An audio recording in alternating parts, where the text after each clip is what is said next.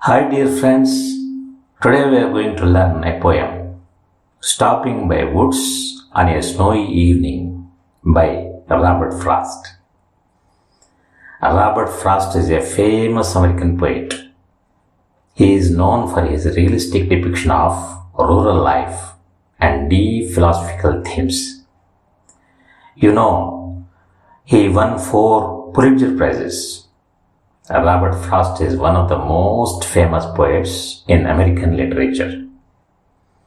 The poem Stopping by Woods on a Snowy Evening describes a man who stops his horse to watch the snow falling in the quiet woods. Line by line explanation is given here. First line. Whose woods these are? I think I know. The poet sees a forest covered in snow and thinks he knows who owns it, means who is the owner of it. But that person lives far away in the village, so he won't see the poet stopping there. In simple words, we can understand this in this way. The poet is quietly admiring the beauty of the snowy woods, knowing that no one is around to disturb or question him. It's a peaceful moment, just between him and nature. His house is in the village, though. This is next line. The poet says that the person who owns the woods lives in the village. This means the owner is not nearby, so he won't know that someone has stopped to look at his woods. It adds to the quiet and private feeling of the moment. The poet feels free to pause and enjoy the snowy scene without being noticed. Next 2 lines are, he will not see me stopping here to watch his woods fill up with snow. The poet knows that the owner of the woods is not around, so he won't see him. He won't see him stopping there. The poet has paused just to watch the snow gently falling and covering the trees. It shows how much he enjoys the calm, silent beauty of nature, even though it's not his own land. Next line is, my little horse must think it queer. The poet says that his little horse must find it strange. Queer means strange. It is unusual to stop in the middle of the woods, especially when there is no house or farmhouse nearby.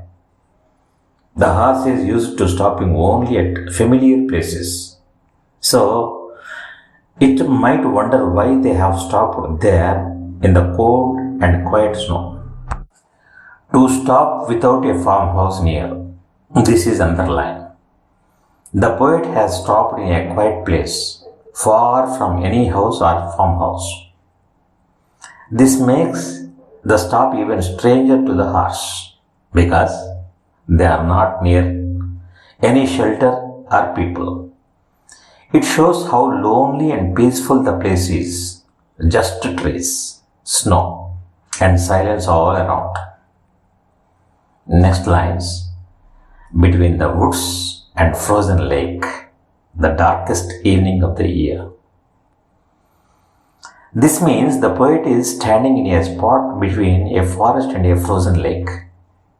It is the darkest evening of the year, probably the longest night of winter. This makes the scene feel even more quiet. More quiet, cold, and still. The poet is surrounded by nature, alone in a beautiful, silent moment. Next lines. He gives his harness bells a shake to ask if there is some mistake. It means the horse shakes the bells on his harness, as if he is asking the poet, why have you stopped here? The sound of the bells breaks the silence. The horse is confused because this is not a usual place to stop. It is dark, cold, and far from any house. The poet imagines the horse is gently reminding him to keep moving. The only other sounds the sweep of easy wind and downy flake. These are the next lines. It means, other than the soft sound of the horse's bells, everything is quiet. The only sounds the poet hears are the gentle wind and the soft snowflakes falling, like feathers, light and smooth. This line shows how peaceful, calm and silent the woods are. It's a perfect moment of stillness in nature. And next line, the woods are lovely, dark and deep. It means the poet finds the woods are beautiful. They are quiet, dark and full of mystery. He feels drawn to them, as if they are inviting him to stay longer. These lines show how peaceful and tempting nature can be, especially in a calm and silent snowfall. And the last lines are, but I have promises to keep, and miles to go before I sleep, and miles to go before I sleep. It means the poet remembers that he has promises to keep. Means he has responsibilities and duties waiting for him. Even though the woods are peaceful and he wants to stay, he knows he must continue his journey. He repeats a sentence, and miles to go before I sleep, and miles to go before I sleep, to show that life still has many things for him to do before he can truly rest. It reminds us that we must move forward even when we are tempted to pause. The conclusion is, the poem beautifully balances two strong feelings. The feelings are the sense of beauty and the sense of duty. The poet is deeply moved by the quiet beauty of snowy woods.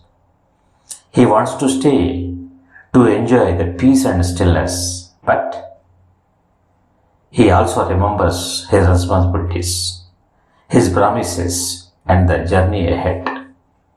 In the end, he chooses duty over desire, reminding us that while life offers many beautiful moments, we must keep moving forward and fulfill what we are meant to do. That's the poem. Thanks for watching.